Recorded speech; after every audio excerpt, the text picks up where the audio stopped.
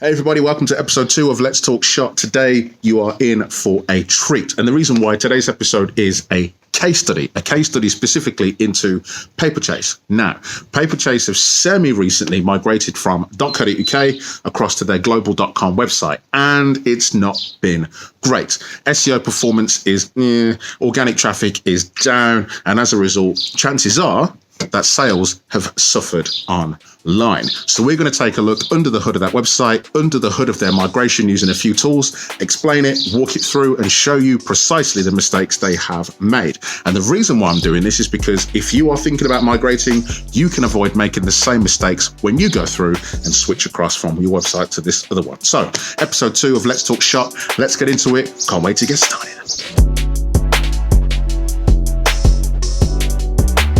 So guys, here we are, episode 2.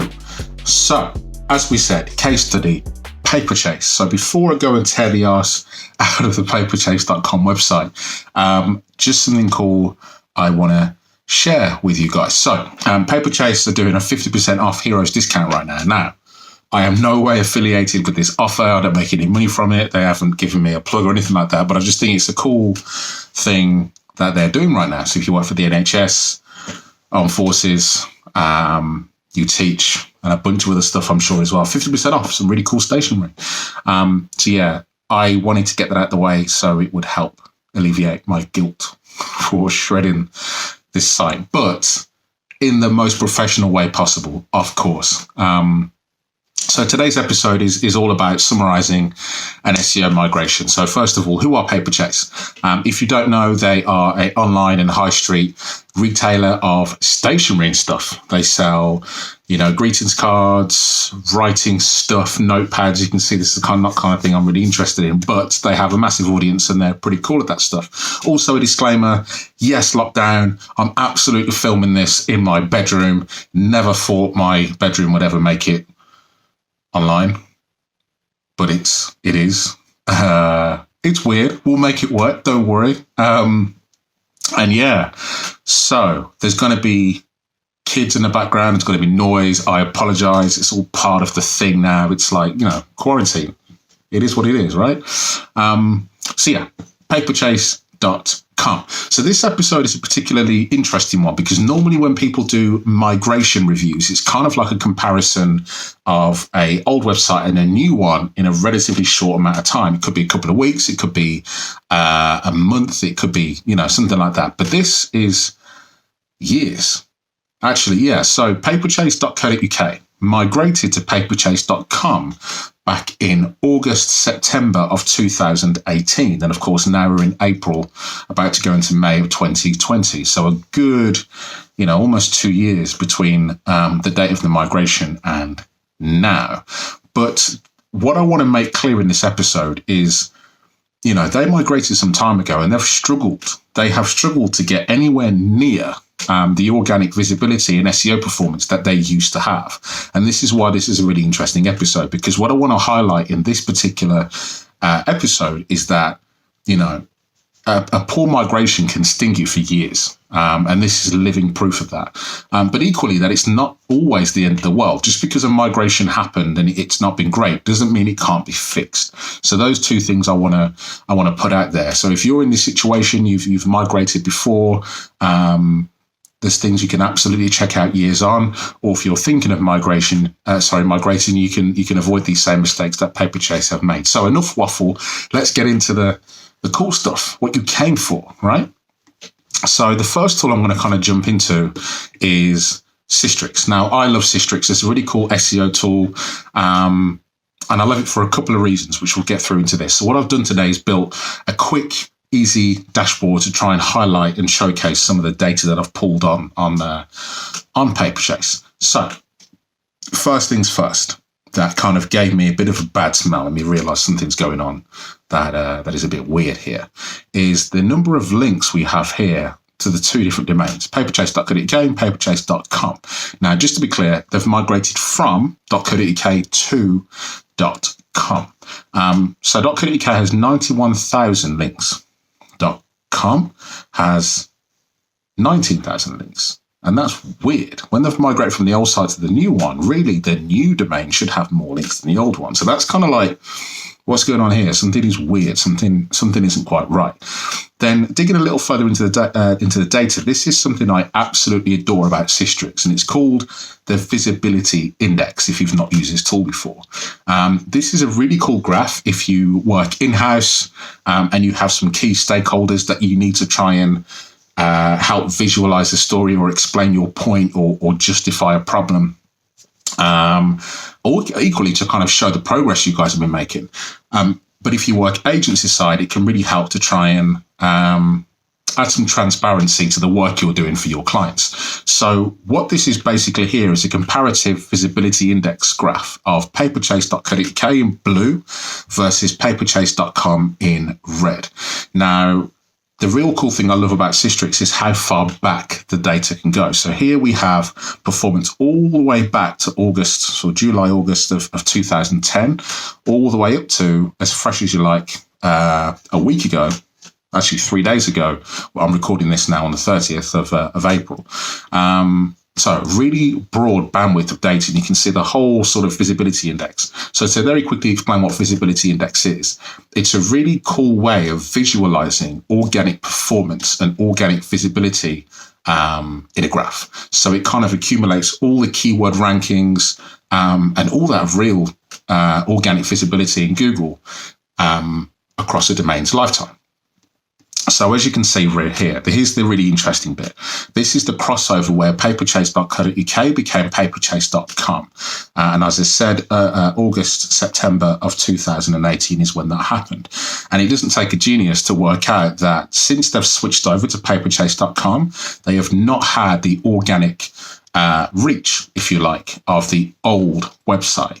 In fact, in some cases, you could argue it's kind of like down by half, depending on how you look at the data. I mean, this particular spike here, I'm going to call an anomaly because it's Christmas, right? This is December of 2019. So this is going to be like a huge peak period for Paperchase, you know, selling all those Christmas cards, gifts, all that sort of cool stuff. So, you know, normal levels are kind of around here, and then normal levels for paperchase.co.uk are here. Now, just to be clear, we are comparing two websites in two different parts of time, right? We're talking 2018 and we're talking 2020. There's going to be a lot of stuff that has happened outside of Paperchase's control that's gone on in the world of SEO. So algorithm changes, featured snippets, like so much stuff is going to have happened. So we don't really want to be talking about those because they're out of our data set, out of our control. But what you can absolutely do here is see that organic performance is essentially down. But there is also things that Paperchase do have in their control that they can absolutely fix and make better. So although they may never get to that level again because of changing factors, there is things they can absolutely do to close that gap. Or equally, what they could find is that they are actually performing better than they used to, depending on a number of things we won't get into in this episode. So let's chew into a little bit more Sistrix data. So what we have here is the top 10 and top 100 URLs for paperchase.com. So top 10 in blue, top 100 in pink, red-ish, whatever color you want to call it. So you can see here that paperchase.com now is kind of packing about 200 URLs in their top 10, in the top 10, so position 1 through 10 in Google, which is cool. But when you compare it to the old site, .co.uk, you can see that there's a big difference, right? So top 10 before, you're talking 300 to 400 URLs, while the current site, you're talking sort of 150, 200, and even in some cases, high tens. So almost half the amount of visibility on page 1 of Google for the old website versus the new one, which is not great. This further indicates that there's an organic penalty, not a penalty, that's the wrong word, but an organic, what's the word? Drop. There we go. Nice and simple. An organic drop has absolutely happened here. So something else I'd love to jump into as well, just to go back to some more Sistrix data, is this section here. So just to briefly explain what this is. This is keywords on the first page of Google that Paperchase rank for that have at least 10,000 searches a month in Google. Okay, so the first example we have here is for paperchase.com, and you can see I haven't got a total count here. I'll put them up on the screen, but you can see that paperchase.com has a bunch of URLs here.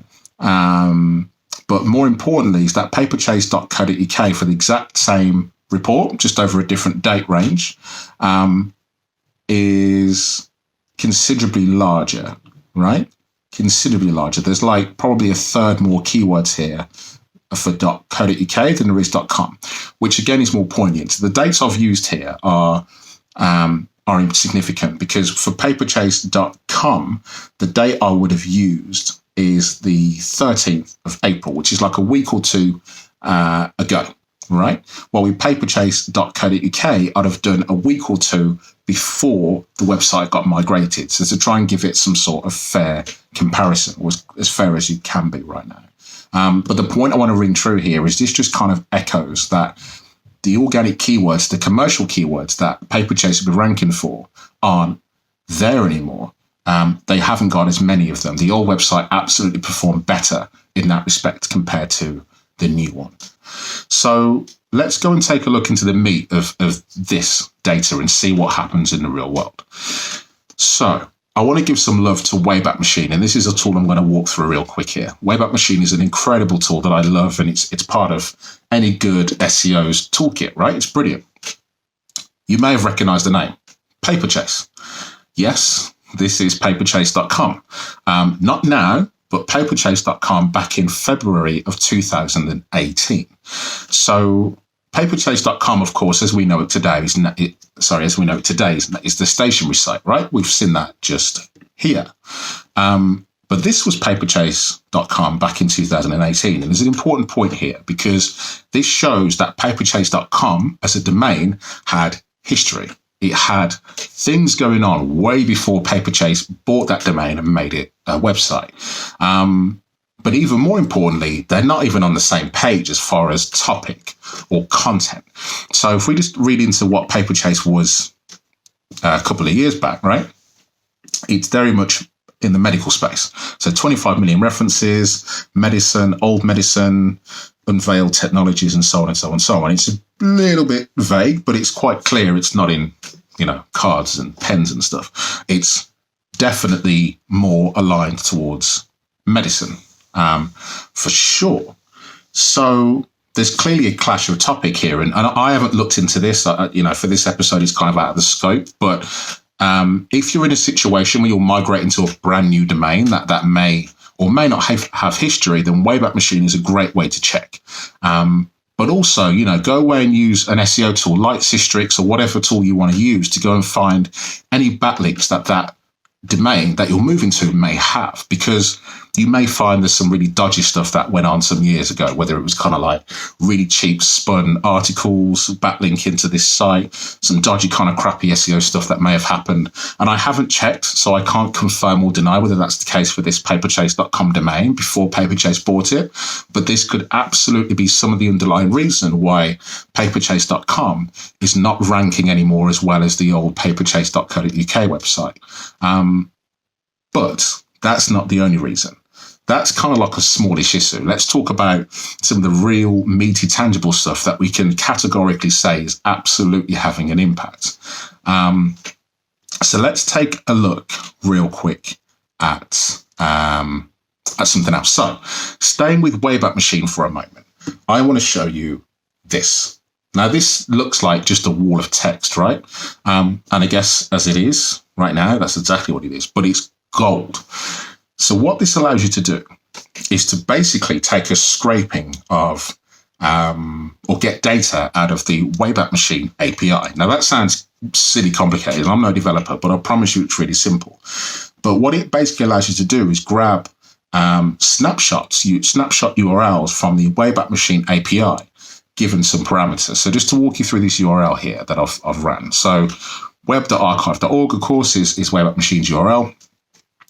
Some bunch of stuff here, CDX, search CDX. URL, here's the important bit. So URL is paperchase.co.uk with a wildcard at the end.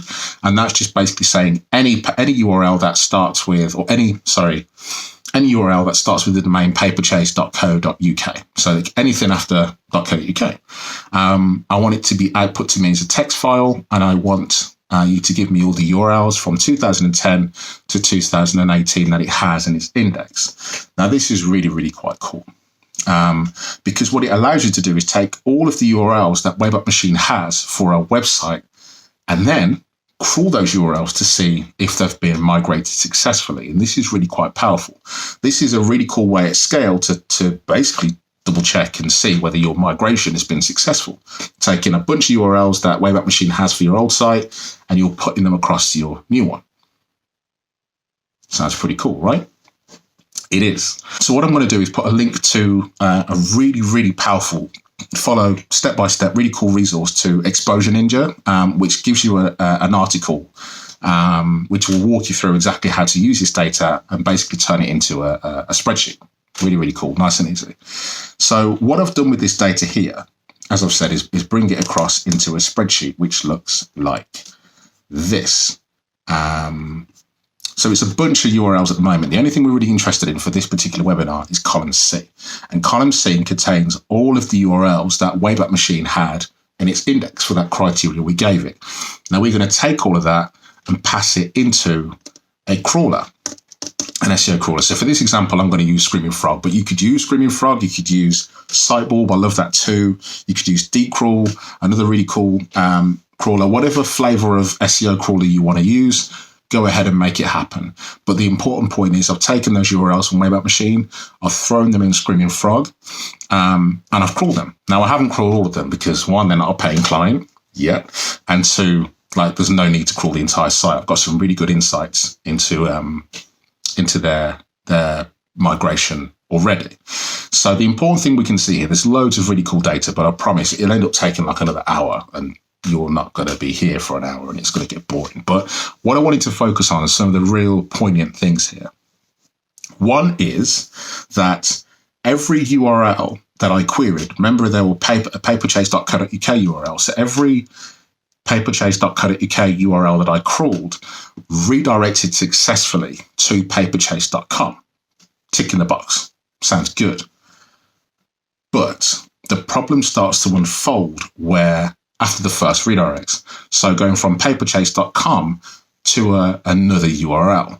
Now, what that seems to me has happened is that there's a rule or logic somewhere that has been built into the website, the new website or the old one, which is basically saying when the URL incoming is paperchase.co.uk, redirect under all circumstances to paperchase.com. That's like a catch-all, a quick fix, but that is not the entire solution when we deal with website migrations, especially in the world of e-commerce and large sites like this.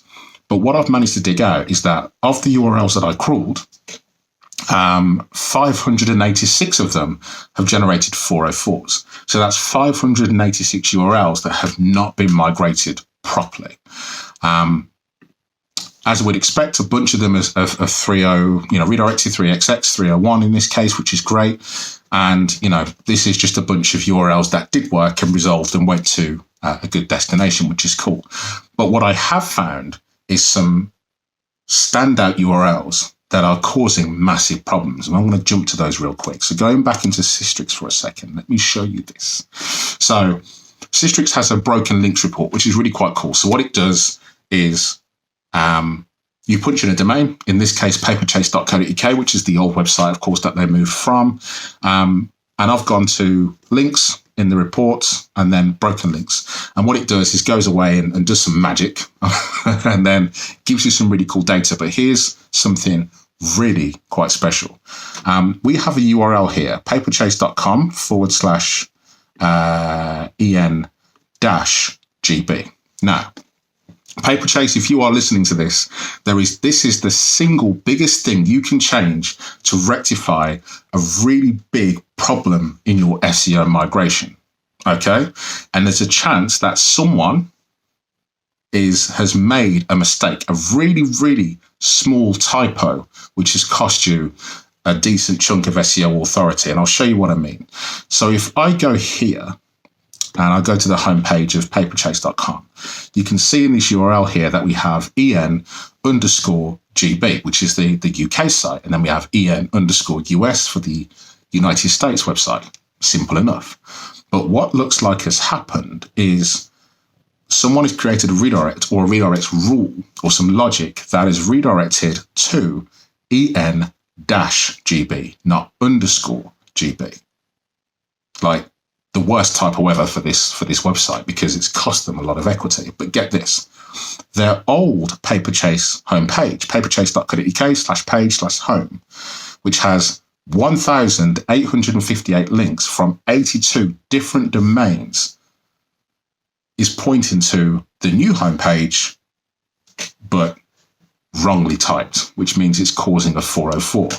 Now, to put that into perspective, that is causing a huge amount of equity that was going from the old homepage and is no longer being passed to the new one because it generates a 404 on top of a bunch of 301 redirects as well. So we're going from the old homepage to HTTPS, that's fine. Then we've gone from HTTPS to ENGB, which of course then 404s. So this is a problem. And if we just scroll down this page a moment, we can see en-GB, if I just search for that, 72 examples just in this one report. This is the first page of this report, remember, you can see there's 5 pages here. 72 examples of this URL, again, en-GB. So there's clearly a rule somewhere put in the website where someone has made a mistake, and that mistake has cost them a bunch of equity. How big of a mistake? Let's go find out. So again, using Systrix data, what I've absolutely done is go to paperchase.com this time in Systrix and find a bunch of URLs that are linking specifically to en-GB rather than en_GB, which is what it should be. There are 415 examples here. Now, take a look at some of these domains. They're huge. Good Housekeeping, massive, right? Cosmopolitan, Metro, Hitched, My Uni Days, like Cambridge News, Dulux even. And this is all just sitting there going to waste right now because it's been pointing to the wrong URL. I cannot stress how big of a deal this is. And it's literally a 15-minute job for somebody. And that 15 minutes includes like making a cup of tea, sitting down, logging in. Like it's a really big win. A really, really big win that absolutely Paperchase should be taking a look at. But this isn't new. I see websites do this all the time. SEO doesn't have to be difficult. It doesn't have to be hard.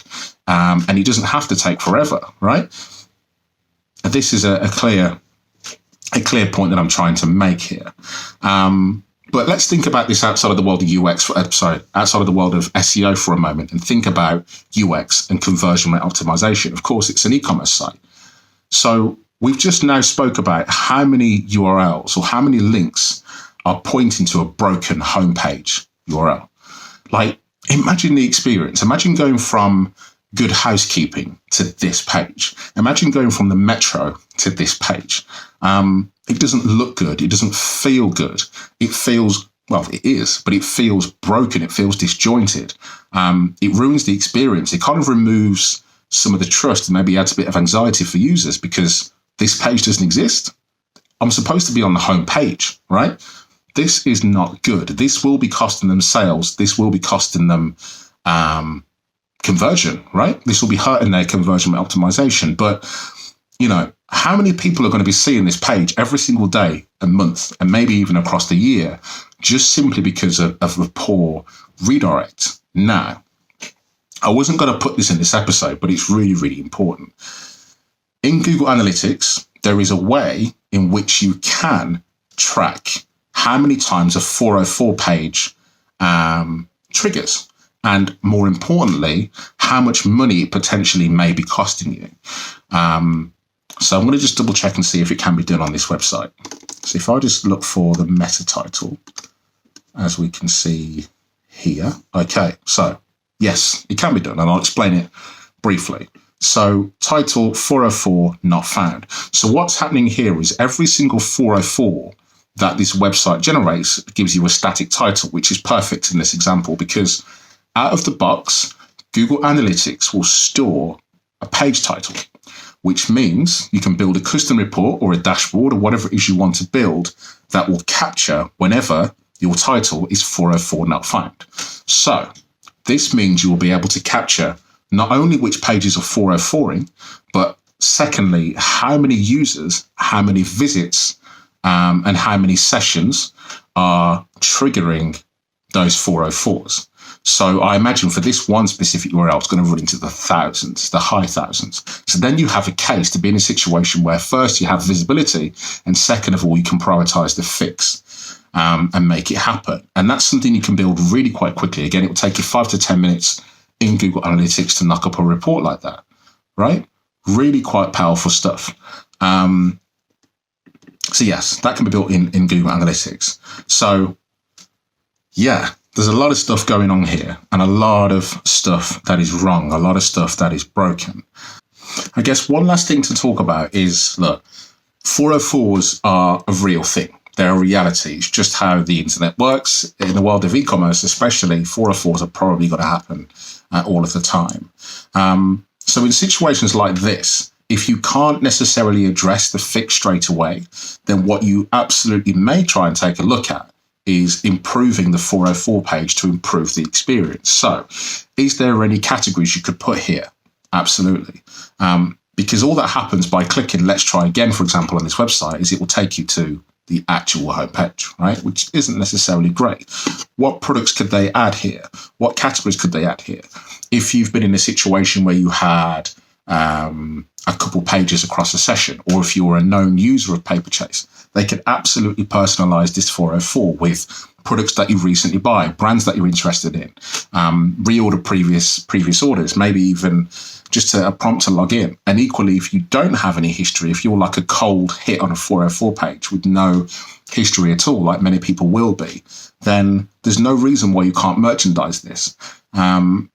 As I said, top categories, top sellers, seasonal deals right now, discount codes, whatever, resources. Like just having a plain 404 page like this is probably going to cause you more harm than good.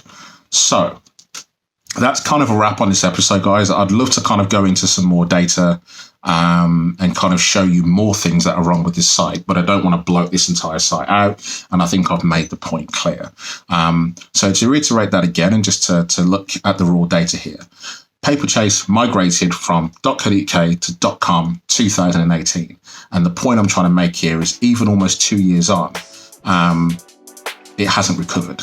But there's absolutely still things that this brand could do to improve organic performance, SEO, and most likely redeem themselves with some sales as well. So that's it. I'm out. Episode 2 is done. I would love some feedback. Let me know what you think, any questions you've got. And yeah, see you on the next one. Thank you very much. Cheers, guys. Take care.